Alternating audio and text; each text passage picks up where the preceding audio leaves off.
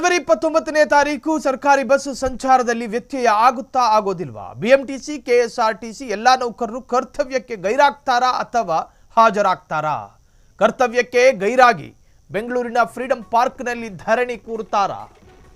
ಜನವರಿ 29ನೇ ತಾರೀಕು ಸಾರಿಗೆ ಇಲಾಖೆಯ ಕೆಎಸ್ಆರ್ಟಿಸಿ, ಬಿಎಂಟಿಸಿ, ಬೇರೆ ಬೇರೆ ನಿಗಮ ಆ ಬಸ್ಗಳಲ್ಲಿ ಚಾಲಕರು ನಿರ್ವಾಹಕರು ಕೆಲಸಕ್ಕೆ ಬರೋದಿಲ್ಲ ಅನ್ನೋ ಚರ್ಚೆ ಇತ್ತು. ಕರ್ತವ್ಯಕ್ಕೆ ಗೈರಾಗಿ ಬೆಂಗಳೂರಿನ ಫ್ರೀಡಂ ಪಾರ್ಕ್ನಲ್ಲಿ ಪ್ರತಿಭಟನೆಗೆ ಕೂತ್ಕೋತಾರ.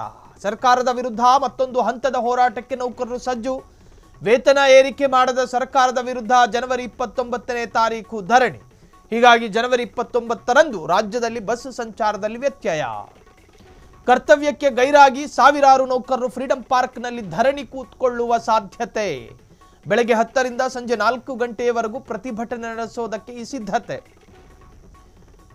ಜನವರಿ 29ನೇ ತಾರೀಕಿನಂದು ಸರ್ಕಾರಿ ಬಸ್ ಸಂಚಾರದಲ್ಲಿ ವ್ಯತ್ಯಯ ಆಗುತ್ತಾ? ಈ ಸರ್ಕಾರಿ ನೌಕರರ ಸಂಕಟ ಕೇಳೋದಕ್ಕೆ ನಮ್ಮ ರಾಜ್ಯದಲ್ಲಿ ಯಾವೊಬ್ಬ ಸಾರಿಗೆ ಇಲಾಖೆಯ ಗಂಡಸು ಕೂಡ ಎದುರು ಬರ್ತಿಲ್ಲ. ಡಿ.ಕೆ. ಶಿವಕುಮಾರ್ ಸಿಎಂ ಆಗೋದು ಒಂದೇ, ಈ ಸರ್ಕಾರಿ ನೌಕರರಿಗೆ ಸರ್ಕಾರ ಭರವಸೆ ಕೊಡೋದು ಒಂದೇ ಅಂತ ಹೇಳಿ ಸರ್ಕಾರಿ ನೌಕರರೊಬ್ಬ ಪೋಸ್ಟ್ ಹಾಕೊಂಡಿದ್ರು. ಅದು ಕೂಡ ವೈರಲ್ ಆಗಿತ್ತು. ಅಂದರೆ ಆಗಲಾರದ್ದು, ನಾವು ಕಾದು ಕೂತು ಪ್ರಯೋಜನವಿಲ್ಲ, ತಾಳಿಕೊಂಡು ಕೂತ್ಕೋಬೇಕಷ್ಟೇ. ವೇತನ ಪರಿಷ್ಕರಣೆ ಮಾಡಿ ಅವರ ಸ್ಯಾಲರಿ ಇನ್ಕ್ರಿಮೆಂಟ್ ಆಗಬೇಕು. ಬೇರೆ ಬೇರೆ ಬೇಡಿಕೆಗಳಿದ್ದಾವೆ ಸರ್ಕಾರಿ ನೌಕರರದ್ದು. ಆ ಬೇಡಿಕೆಗಳ ಪೈಕಿ ಪ್ರಮುಖ 3 ಬೇಡಿಕೆಗಳನ್ನು ಈಡೇರಿಸ್ರಪ್ಪ ಅಂತೇಳಿ ಸರ್ಕಾರಿ ನೌಕರರ ಕೂಗಿದ್ದು. ಈ ಹಿಂದೆ ಮುಷ್ಕರ ಮಾಡೋದಕ್ಕೆ ಪ್ರಯತ್ನ ಪಟ್ಟರು. ಅದಾದ ನಂತರ ಘನ ನ್ಯಾಯಾಲಯ ಮಧ್ಯಪ್ರವೇಶ ಮಾಡ್ತು, ಬೇಡ ಅಂತು. ಸೊ ಈಗ ತೆಳುವಾಗಿ ಆರಂಭದಲ್ಲಿ ಪ್ರತಿಭಟನೆಗೆ ಎಚ್ಚರಿಕೆಯನ್ನು ಕೊಡ್ತಿದ್ದವರು ಈಗ ನೇರವಾಗಿ ಖಡಕ್ ಎಚ್ಚರಿಕೆ ಕೊಡ್ತಿದ್ದಾರೆ. ಬಸ್ ಮುಟ್ಟೋದಿಲ್ಲ. ರಾತ್ರಿ ಪಾಳಿ ಮುಗಿಸಿ ಡಿಪೋದಲ್ಲಿ ನಿಲ್ಲಿಸಿರುವ ಬಸ್ಗಳಿಗೆ ಬೆಳಿಗ್ಗೆ ಡ್ರೈವರ್ ಬಂದು ಹಾರ್ನ್ ಹೊಡೆದು ಸ್ಟಾರ್ಟ್ ಮಾಡೋದಿಲ್ಲ. ನಾವು ಮುಷ್ಕರಕ್ಕೆ ಬರ್ತೀವಿ ಅಂತ ಹೇಳಿ. ನಿರ್ವಾಹಕರು ಕೂಡ ಇದಕ್ಕೆ ಪ್ರತ್ಯಕ್ಷ ಬೆಂಬಲ. ಅಂದರೆ ಸರ್ಕಾರಿ ಅವರವರೇ ಅವರಿಗೊಂದು ಸಂಘನೆ ಮಾಡ್ಕೊಂಡಿರ್ತಾರೆ. ಜನವರಿ 29ನೇ ತಾರೀಕಿನಂದು ಸರ್ಕಾರಿ ಬಸ್ ಸಂಚಾರದಲ್ಲಿ ವ್ಯತ್ಯಯ ಆಗಲಿದೆ ಅನ್ನುವಂಥ ಗುಮಾನಿ ಇತ್ತು. ಬಿಎಂಟಿಸಿ, ಕೆಎಸ್ಆರ್ಟಿಸಿ ಎಲ್ಲ ನೌಕರರು ಕರ್ತವ್ಯಕ್ಕೆ ಗೈರಾಗ್ತಾರಾ? ಅವತ್ತಿನ ದಿನ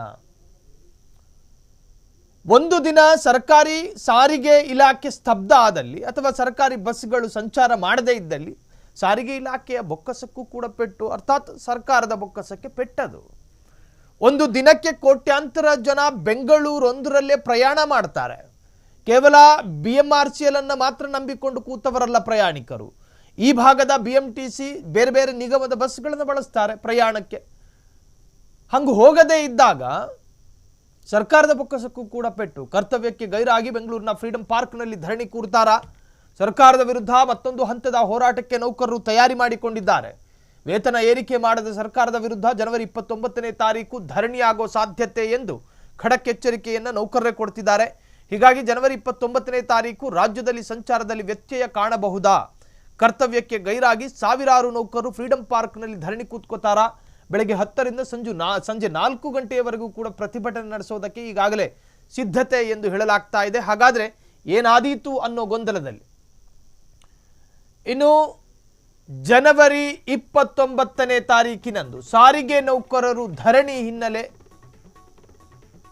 ಪ್ರತಿಭಟನೆಗೆ ಮುಂದಾದ ನೌಕರರಿಗೆ ನಿಗಮಗಳು ಶಾಕ್ ಕೊಡ್ತಿದ್ದಾವೆ. ಜನವರಿ 29ರಂದು ಕಡ್ಡಾಯ ಹಾಜರಾತಿಗೆ ನೌಕರರಿಗೆ ಸೂಚನೆ. ಈಗಾಗಲೇ ಒಂದು ಪ್ರಿಕಾಷನ್, ಒಂದು ಮುಂಜಾಗ್ರತಾ ಕ್ರಮ ಅವತ್ತು ಮಾಡಬಾರದು. ವಾರದ ರಜೆ, ದೀರ್ಘಾವಧಿ ರಜೆ ಹೊರತುಪಡಿಸಿ ಎಲ್ಲರೂ ಹಾಜರಾಗಬೇಕು.